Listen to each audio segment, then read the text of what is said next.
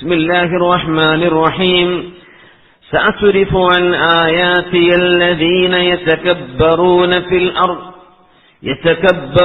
ഫിൽ അർളി ബിഗൈരിൽ ഹഖ് വഇൻ യറൗ കുല്ല ആയത്തിൻ ലാ യുഅ്മിനൂ ബിഹാ وَإِنْ يَرَوْا سَبِيلَ الرُّشْدِ لَا يَتَّخِذُوهُ سَبِيلًا. سورة الأعراف. سأصرف عن آياتي الذين يتكبرون في الأرض بغير الحق.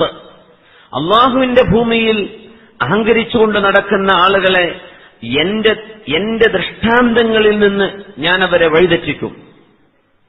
അല്ലാഹുവിന്റെ ഭൂമിയിൽ അഹങ്കരിച്ചുകൊണ്ട് നടക്കുന്നവർ, അവരെ എന്റെ ദൃഷ്ടാന്തങ്ങളിൽ നിന്ന് ഞാൻ അവരെ വഴിതെറ്റിക്കും. അള്ളാഹു പറയാം, സഅസ്രിഫു അൻ ആയാതി. അള്ളാഹുവിന്റെ മഖാമും അള്ളാഹുവിന്റെ സ്ഥാനവും മഹത്വവും മനസ്സിലാക്കാൻ അവർക്ക് സമയമുണ്ടാവില്ല. അഹങ്കരിക്കുന്ന ആളുകളെ അള്ളാഹു വഴിതെറ്റിച്ചു വിടും എന്നാണ് ഖുർആൻ പറയുന്നത്. അള്ളാഹു കാത്തിരക്ഷിക്കട്ടെ. എന്തുകൊണ്ടിത് സംഭവിക്കുന്നു? ഇവിടെ ഫിത്നത്തുൽ മാലിനെ കുറിച്ചുള്ള ഈ ചർച്ചയിൽ രണ്ട് സഹോദരന്മാരുടെ ചരിത്രമാണ് നമ്മൾ മനസ്സിലാക്കിയതാണ്. അവിടെ വന്നത് ഇഅ്ജാബാണ്. ഒരു മനുഷ്യന് താൻ മറ്റൊരാളിനേക്കാളും ഏറ്റവും വലിയവനാണെന്ന തോന്നൽ, അല്ലെങ്കിൽ അയാളെക്കാളും ഞാൻ മുന്തിയവനാണ് എന്ന ഒരു തോന്നൽ, അല്ലെങ്കിൽ അവൻ എന്നെക്കാളും താഴ്ന്നവനാണെന്ന് മറ്റുള്ളവരെ കുറിച്ച് ചിന്തിക്കുന്നത്, ഈ അസുഖമാണ് അള്ളാഹു ഇവിടെ ചികിത്സിച്ചുകൊണ്ടിരിക്കുന്നത്. ഉലമാ അതിന് ചില കാരണങ്ങൾ പറയുന്നുണ്ട്. ഇൻഹിറാഫുൽ മുറബ്ബി എന്നാണ് പറയാ. ഒരു മുറബ്ബിയായ നമ്മൾ ആരിൽ നിന്ന് സ്വഭാവ ഗുണങ്ങൾ പഠിച്ചെടുക്കുന്നുണ്ടോ, നമ്മുടെ ഗുരുനാഥൻ, നമ്മുടെ ഉസ്താദ്, അല്ലെ നമ്മൾ നേതാവ് എന്ന് പറയുന്ന ആൾ, ഇൻഹിറാഫുൽ മുറബ്ബി, ആ നേതാവിന് ഒരു ഇൻഹിറാഫ് സംഭവിച്ചാൽ, അയാൾ വഴിതെറ്റിക്കഴിഞ്ഞാൽ, നമ്മൾ ആരിൽ നിന്ന് പഠിച്ചെടുക്കുന്നുവോ ആ ഉസ്താദിന്റെ ഗുണഗണങ്ങൾ നല്ലതല്ലാതെ മാറിക്കഴിഞ്ഞാൽ, പഠിക്കുന്ന വിദ്യാർത്ഥികളും അവരിൽ നിന്ന് അവരെ ഫോളോ ചെയ്യുന്ന ആളുകളുടെയും സ്വഭാവങ്ങളിൽ ഈ ഡീവിയേഷൻ കാണാൻ കഴിയും. അതുകൊണ്ടാണ് ഉലമാ പറയാൻ, നമ്മൾ ആരിൽ നിന്നാണ് ഇൽമ പഠിക്കേണ്ടത് എന്ന് വലിയൊരു വിഷയമാണ്. ഫല്യൻദുർ അഹദുക്കും അമ്മൻ യഅഖുദു ദീനഹു. ആരിൽ നിന്ന് ഇൽമ പഠിക്കണം? ഇൽമ പറയാനും പറഞ്ഞുതരാനും പഠിപ്പിക്കാനും ദർസ് നടത്താനൊക്കെ ഒരുപാട് ആളുകൾ കിട്ടും. പക്ഷേ അവരുടെ ദീൻ എന്താണ്, അവരുടെ സ്വഭാവ ഗുണങ്ങൾ, അള്ളാഹുവിന്റെ റസൂലും അവിടുത്തെ സ്വഹാബികളും കാണിച്ചു തന്ന ആ ഒരു മാതൃകയിൽ ജീവിക്കുന്നവരാണോ എന്റെ ഉസ്താദ്?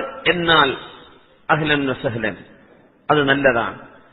നമ്മുടെ മുറബ്ബി, നമുക്ക് ആരാണോ തർബിയത്ത് ചെയ്തു തരേണ്ടത്, അയാൾ മോശമായി കഴിഞ്ഞാൽ ഓട്ടോമാറ്റിക്കലി എന്ത് ചെയ്യും? ശിഷ്യഗണങ്ങൾ മോശക്കാരാവും. അതാണ് അഹങ്കാരത്തിന്റെ സ്വഭാവങ്ങൾ മനുഷ്യരിൽ കാണപ്പെടാനുണ്ടായ ഒരു കാരണം. അതാണെന്ന് ഉലമാ പറയും, ഇൻഹിറാഫുൽ മുറബ്ബി. രണ്ടാമത്തേത് സുഹ്ബത്തുൽ മുഅ്ജബീൻ, ഇഅ്ജാബുള്ള ആളുകളുടെ കൂടെ നടക്കുക. ഇഅ്ജാബ് എന്ന് പറഞ്ഞാൽ സ്വയം പൊങ്ങുന്ന ആളുകൾ എന്നാണ്. സ്വന്തത്തെക്കുറിച്ച് ഞാൻ വലിയ ആളാണ് എന്ന് ചിന്തിക്കുന്ന ആളുകൾ. ഒരാൾ സ്വന്തത്തെ സംബന്ധിച്ച് ഞാൻ എവിടെയോ ആണ് എന്നൊക്കെ ഒരാൾ സ്വയം അങ്ങനെ ചിന്തിച്ചു എന്ന് വിചാരിക്കുക. അത്തരം ആളുകളുടെ കൂടെ ഇങ്ങനെ നടന്നാൽ ആ സ്വഭാവം ഇയാളിലേക്കും വരും. അപ്പൊ നമ്മുടെ കൂട്ടുകാർ അത്തരം സ്വഭാവങ്ങളുള്ളവരാവരുത്. ഒരു കാരണം അതാണ്. മൂന്നാമത്തേത് സ്വദാറത്തു ഖബ്ല നുദൂജ്, പക്വത ആകുന്നതിന്റെ മുമ്പേ നേതൃസ്ഥാനങ്ങളിലേക്ക് വന്നു കഴിഞ്ഞാൽ ഈ ഇഅ്ജാബിന്റെ അസുഖം വരും. ഇഅ്ജാബ് എന്ന് പറഞ്ഞാൽ സെൽഫ് പ്രൈഡ്. സ്വയം ഒരു മനുഷ്യൻ എന്ത് ചെയ്യുക? വലിയ ആളാണെന്ന തോന്നലോട് ജീവിക്കുക.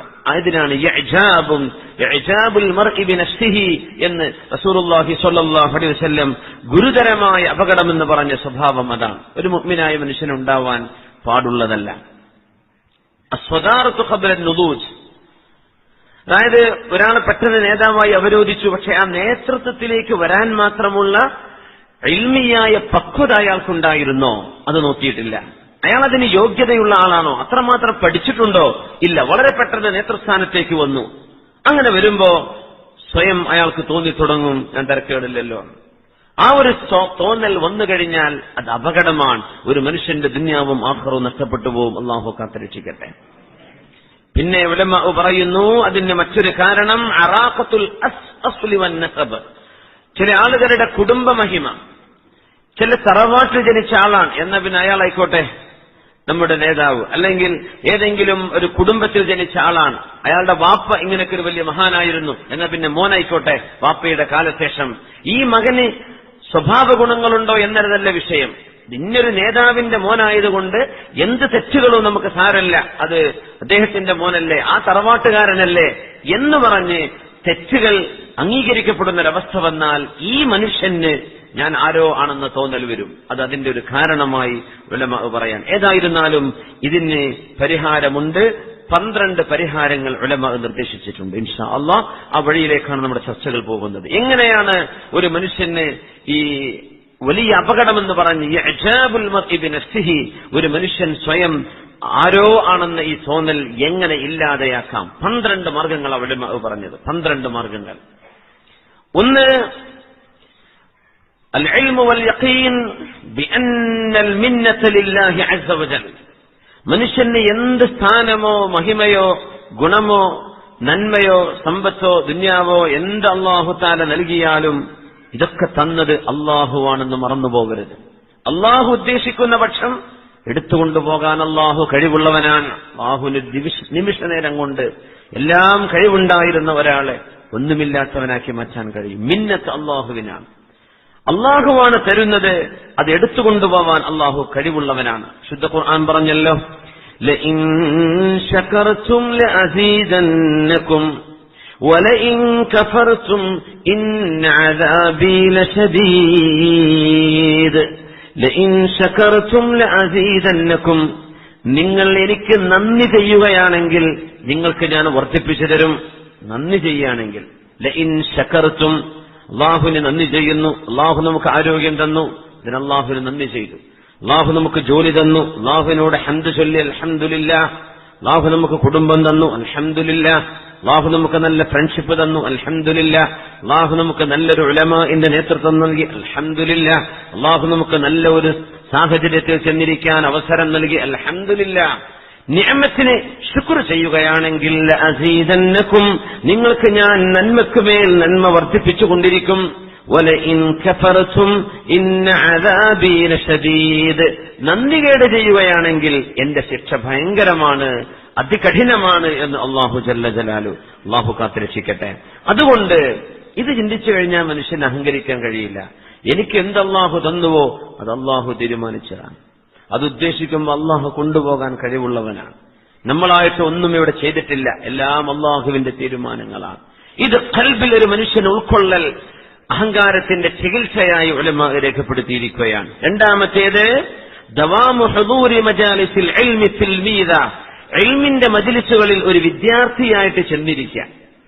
ഇൽമിന്റെ മജ്ലിസുകളിൽ പഠിക്കാൻ വേണ്ടി ഒരു വിദ്യാർത്ഥിയായിട്ട് ചെന്നിരിക്കുക. ഒരുപക്ഷെ ഒരുപാട് ഇൽമുള്ള വലിയ വലിയ ആലിമീങ്ങൾ, അവരെക്കാളും എത്രയോ താഴെയുള്ള ആളുകൾ എന്തെങ്കിലും പറഞ്ഞു കൊടുക്കുന്ന വല്ല ദർസോ വല്ല ക്ലാസ്സോ എന്തെങ്കിലും ഉണ്ടെങ്കിൽ അവിടെ പോയി ഇരിക്കുന്ന കാഴ്ച കാണാൻ പറ്റും. ആ ആലിമീങ്ങൾ അള്ളാഹു ഇഷ്ടപ്പെടുന്ന സജ്ജനങ്ങളിൽപ്പെട്ട ആളുകളാണ്. കാരണം ഇത് വലിയൊരു അനിവാര്യമായ ഒരു ഘടകമാണ്.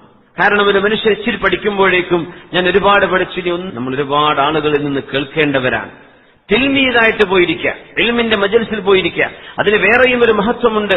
തങ്ങൾ പറഞ്ഞു, ഇദാ ദഖല അസ്ഹാബുൽ ജന്നത്തിൽ ജന്ന, സ്വർഗവാസികൾ സ്വർഗത്തിലേക്ക് കടന്നു കഴിഞ്ഞാൽ ജഅലന അല്ലാഹു മിൻ അഹ്ലിഹാ, അല്ലാഹു നമ്മെ ആ സ്വർഗത്തിന്റെ അഹ്ലുകാരിൽ പെടുത്തി തരട്ടെ, ആമീൻ യാ റബ്ബൽ ആലമീൻ. അങ്ങനെ കടന്നാൽ അവര് പറയും, അല്ലാഹുവേ ഞങ്ങളുടെ ഒരുപാട് കൂട്ടുകാർ സ്വർഗത്തിലില്ലല്ലോ, അവരില്ലാതെ ലാ നൻഅമു ഫീഹാ, അവരില്ലാതെ എന്ത് സുഖമാ പടച്ചോനെ സ്വർഗത്തിൽ, ഞങ്ങളുടെ വേണ്ടപ്പെട്ട ആളുകളൊക്കെ നരകത്തിലേക്ക് പോയില്ലേ, അതുകൊണ്ട് റബ്ബേ ഞങ്ങൾക്കൊരു രസം ഇവിടെ ഇല്ല, അവരൊക്കെ പോയില്ലേ, ഞങ്ങൾ മാത്രമായിട്ട് എന്താണ് കാര്യം?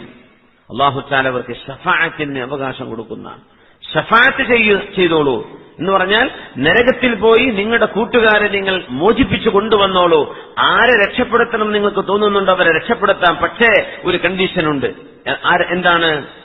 വല്ലദീ ജലസ മഅകും ഫീ മജ്ലിസ് ഇൽമിൻ വലൗ സഅഅൻ, ഒരു മണിക്കൂറെങ്കിലും നിങ്ങളുടെ കൂടെ ഒരു ഇൽമിന്റെ സദസ്സിൽ കൂടെയിരുന്ന ആളുകളുണ്ടെങ്കിൽ അവരവരെ നിങ്ങൾക്ക് രക്ഷപ്പെടുത്താം എന്ന് സ്വർഗവാസികൾക്ക് അല്ലാഹു അധികാരം നൽകുമെന്ന് പരിശുദ്ധ റസൂലുള്ളാഹി സ്വല്ലല്ലാഹു അലൈഹി വസല്ലം. അല്ലാഹുവേ അങ്ങനെയൊക്കെ ഒരു സൗഭാഗ്യം അല്ലാഹു നമുക്കൊക്കെ നൽകി അനുഗ്രഹിക്കട്ടെ. ഒരു മണിക്കൂറെങ്കിലും സ്ഥിരം വരുന്നവരാണെങ്കിലോ മാഷാ അല്ലാഹ്. സ്ഥിരം വന്നിട്ടില്ല, ഏതോ ഒരു കാലത്ത് ഒരിക്കലും മണിക്കൂർ ദുബൈയിൽ നിന്ന് വന്നതായിരുന്നു, അല്ലെങ്കിൽ അല്ലയിന്ന് വന്നതായിരുന്നു, എന്നാൽ പിന്നെ ഏതെങ്കിലും ഒരു ദർസ് നടക്കുന്നു, ഒരു ക്ലാസ് നടക്കുന്നു, ഒരു എളിമിന്റെ മജ്ലിസോടെ കൂടി പോയിരിക്കാം. അങ്ങനെ പരിചയപ്പെട്ട ഒരു മണിക്കൂറേ ഉള്ളൂ, മതി. അങ്ങനത്തെവർക്ക് പോലും അരമണിക്കൂറിന് കിട്ടൂല എന്നാ തോന്നുന്നത്. ഒരു മണിക്കൂർ ഏകദേശ കണക്ക് എന്ന് പറഞ്ഞ ഒരല്പനേരം നമ്മൾ കൂടെ ഇരിക്കണമെന്നാ. ആ ഒരു എൽമിയായ ബന്ധം, ഒരു സദസ്സിൽ പോയിരുന്ന ബന്ധമുണ്ടോ, നിങ്ങൾക്ക് അവരൊക്കെ മോചിപ്പിക്കാൻ കഴിയും എന്ന് അള്ളാഹുവിന്റെ ഹബീബ് സ്വല്ലല്ലാഹു അലൈഹി വസല്ലം പറയാൻ. അള്ളാഹു അങ്ങനെ ഒരു ബന്ധമാക്കി നമ്മുടെ ഈ ബന്ധം അള്ളാഹു മാറ്റിത്തരട്ടെ. ഒരു പോസിറ്റീവ് എനർജി കിട്ടുന്ന ഒരു ബന്ധമാണ്. പല നാട്ടുകാരും പല രാജ്യക്കാരും പല ജോലി ചെയ്യുന്ന ആളുകൾ ഒക്കെയാണ്. നമ്മൾ പരസ്പരം അടുത്തിരിക്കുന്ന ആൾക്കാരൊക്കെ പരിചയപ്പെടാറില്ലേ? ഇല്ലേ? തൊട്ടപ്പുറത്തും ഇപ്പുറത്തും ഇരിക്കുന്ന ആൾക്കാരെ പേരറിഞ്ഞുള്ള കൈമുക്കിയാട്ടെ. റൈറ്റിലും ലെഫ്റ്റിലുള്ള പേരറിയും. സുബ്ഹാനല്ലാഹ്. പെണ്ണുങ്ങളോട് ഞാൻ ചോദിക്കണില്ല. അവിടെ ഒരാളെ ഉള്ളൂ, അതുകൊണ്ട് ഒരാളെ കൈമുക്കുണ്ട്. റൈറ്റിലെ ആളില്ല, ലെഫ്റ്റിലേ ഉള്ളൂ അല്ലേ? അപ്പൊ അൽഹംദുലില്ലാഹ് കുട്ടികളെ കൈമുക്കുണ്ട്. അപ്പൊ മിനിമം പരിചയപ്പെട്ടു വെക്കുക. ഈ പരിചയപ്പെടലൊക്കെ ഓർമ്മ ഉണ്ടാവുന്നതാണ്. നമ്മൾ മരിച്ചുപോയ എല്ലാം മറന്നുപോലും, അങ്ങനെയല്ല. മാഷ്റയിലേക്ക് വരുമ്പോൾ ദുന്യാവിലെ കാര്യങ്ങളൊക്കെ ഓർമ്മ ഉണ്ടാവുന്നതാണ്. അതുകൊണ്ട് സുഹൃബന്ധം ഓർമ്മ വരുന്നത്. അപ്പോ ഹുദൂറുൽ മജ്ലിസിൽ ഇൽമിന്റെ മജ്ലിസിൽ പോയി ഇരിക്കുന്നത് ഒരു മനുഷ്യന് അഹങ്കാരമില്ലാതിരിക്കാൻ നല്ലതാണ്, ഇഅ്ജാബുൻ നഫ്സ് ഇല്ലാതിരിക്കാൻ നല്ലതാണ്. ഒരു വിദ്യാർത്ഥിയെ പോലെ പഠിക്കാൻ വേണ്ടി ചെന്നിരിക്കാം. പഠിക്കാൻ ഇൽമിന്റെ മജ്ലിസിൽ വരുന്ന പല ഉദ്ദേശങ്ങളുണ്ടാവും. വെറുതെ ഒന്നര ക്ലിപ്പ് ഉണ്ടാക്കാൻ വരുന്നവരുണ്ടാവും, ചിലപ്പോൾ എന്തെങ്കിലും ഫിത്ന ഉണ്ടാക്കാൻ വരുന്നവരുണ്ടാവും. അങ്ങനെയൊക്കെ ഉണ്ടാവും. എല്ലാവരും പഠിക്കാൻ അങ്ങനെ എന്തെങ്കിലുമൊക്കെ ഒന്ന് രണ്ട് വളവന്മാരെ കൂട്ടത്തിൽ ഇരിക്കുന്നുണ്ടാവും. നമുക്കറിയാൻ പറ്റൂല. തിൽമീദൻ ഇൽമ പഠിക്കാൻ വേണ്ടി വരിക, നിരൂപണത്തിന് വേണ്ടിയല്ല. ഇൽമ നല്ല കാര്യമാണോ പറയുന്നത് എന്നാ സ്വീകരിക്കുക. പറയുന്ന വിഷയങ്ങളിലാണ് നമ്മൾ ശ്രദ്ധിക്കേണ്ടത്. എന്ത് കാരണമാണ്, എന്തുകൊണ്ട്, എന്താ നമ്മൾ ചർച്ച ചെയ്യുന്നത്. ഇൽമ പഠിക്കുക. അപ്പോഴാണ് തലമ്മ നമ്മൾ ഇൽമ പഠിച്ചെടുക്കുക എന്ന് പറയുന്നത്.